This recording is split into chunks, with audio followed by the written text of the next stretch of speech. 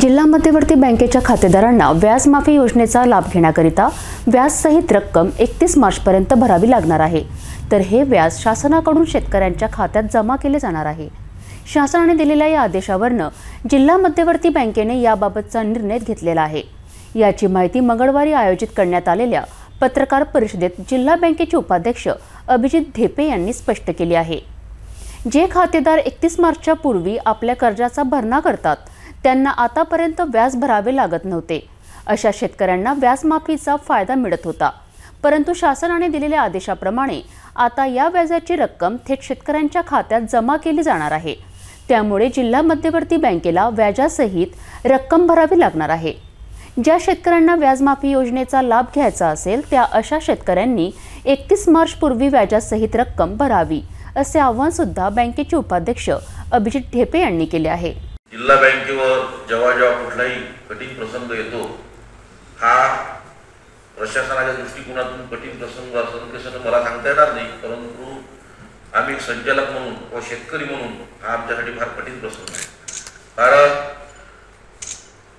आजपर्यंत आपण 0% व्याजदरावर शेतकऱ्यांना कर्ज वसुली करत होतो आणि आज 4-8 दिवस अगोदर अधिकारी वर्ग आले आणि सांगायला लागले की आपल्याला आता व्याज वसूल करावं लागेल। कारण त्यांचं म्हणणं असं की आम्ही आता बचत खात्याला ते पैसे वळती करून बँकेला देणार नाही। त्याच्यातली तांत्रिक अडचण अशी आली की जर शेतकऱ्याच्या बचत खात्यात पैसे गेले पण आपण जर व्याज येणे बाकी दाखवलं ते दाखवायचं कुठून? याच्या पहिले आपण बॅलन्स शीटला शासनाकडून येणे व्याज दाखवत होतो,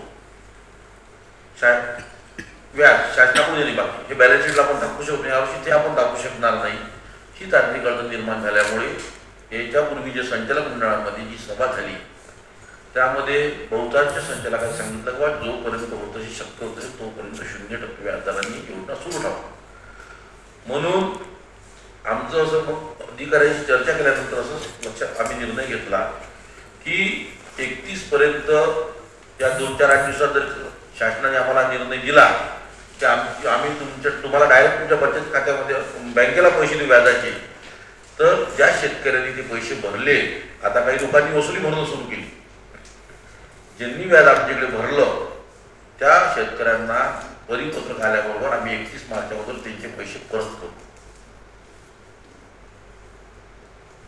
कारण की लोकांनी आता वसुली भरणं सुरू केली आणि म्हणून आपल्या माध्यमातून ज्या शेतकऱ्यांनी पैसे भरले असतील व्याजासह किंवा भरतील त्यांना जर शासनाने आम्हाला निर्णय दिला आणि त्या दिवशी आम्ही इथे आमच्या अध्यक्ष महोदयांनी अजितदादा पवार उपमुख्यमंत्री त्या दिवशी कोळके साहेबांच्या लग्न समारंभात आले होते, त्यावेळी आम्ही हा निर्णय त्यांच्यावर प्रश्न मांडला आणि त्यांनी सांगितलं काही याच्यावर आपण 4-5 दिवसात आम्ही सांगितलं की साहेब आम्ही विदर्भातली बँक आहे, विदर्भात परिस्थिती आहे आणि शेतीमालाच्या भावामुळे आज शेतकऱ्यांच्या घरामध्ये माल पडू नये, पण अशा परिस्थितीत जे शेतकरी आज मुद्दल भरायला तयार आहे त्यांना तुम्ही आज व्याज मागाल तर ही फार कठीण प्रसंग त्यांच्यावर येईल। म्हणून जिल्हा बँकेने असा निर्णय घेतला आहे, तो निर्णयापर्यंत व्याज वसूल करू, दिलं जरी व्याज असेल त्यांनी तर ज्या दिवशी आम्हाला पत्र प्राप्त होईल त्या दिवशी आम्ही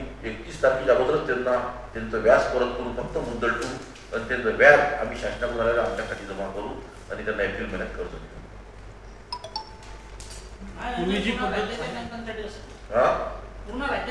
जिल्हा सगळ्या बँकेने परिपत्रक काढले, यवतमाळ, अकोला, जळगाव, याच्यामध्ये अडचण पैशाची नाहीये, बॅलन्स शीटला ते पैसे दाखवायचे कुठे?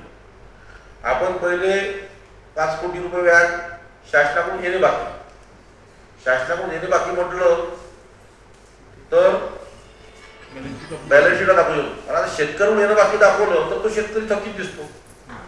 ही तांत्रिक अडचण निर्माण झाल्यामुळे आम्ही जिल्हा बँकेच्या मार्फत शेतकऱ्यांना विनंती करतो आहे आणि आपल्याला की आम्हाला माहित आहे हा कठीण प्रसंग आहे, परंतु या कठीण प्रसंगी आपल्याला शासन न्याय देईल ही अपेक्षा ठेवतो आणि जर न्याय दिला तर आम्ही 24 तासाच्या आत त्याचं भरलेलं व्याज त्याच्या बचत खाती जमा करू। शेतकरी थकीत झाल्याचं अडचण काय? दुसरं त्यांनी जर मुद्दल भरलं त्याचं व्याज पहिले आपण शासनाकडून येणे बाकी दाखवलं. आज बँकेने येणं व्याज दाखवायचं कुठून? दाखवता येणार नाही. त्याच्या मागचं कारण सांगतो. जर आपण शेतकरी येणं व्याज बाकी दाखवलं याचा अर्थ तो शेतकरी अजून नील झाला नाही. आधीची पद्धत होती कशी? आधीची पद्धत अशी होती, समजा एका शेतकऱ्यांनी 1 लाख रुपये लोन घेतलं, त्याचं 6,000 रुपये 6% प्रमाणे त्याचं व्याज झालं. आपण त्याला 1 लाख भरून देतो, त्याला 6,000चा प्रस्ताव त्याचा शासनाकडे पाठवतो. शासन आपल्याला 5 महिन्यांनी 6 महिन्यांनी 8 महिन्यांनी देत होतं. आपण आपल्या बॅलन्स शीट मध्ये त्याचं 6,000 रुपये जे आहे शासनाकडून येणे बाकी दाखवतो.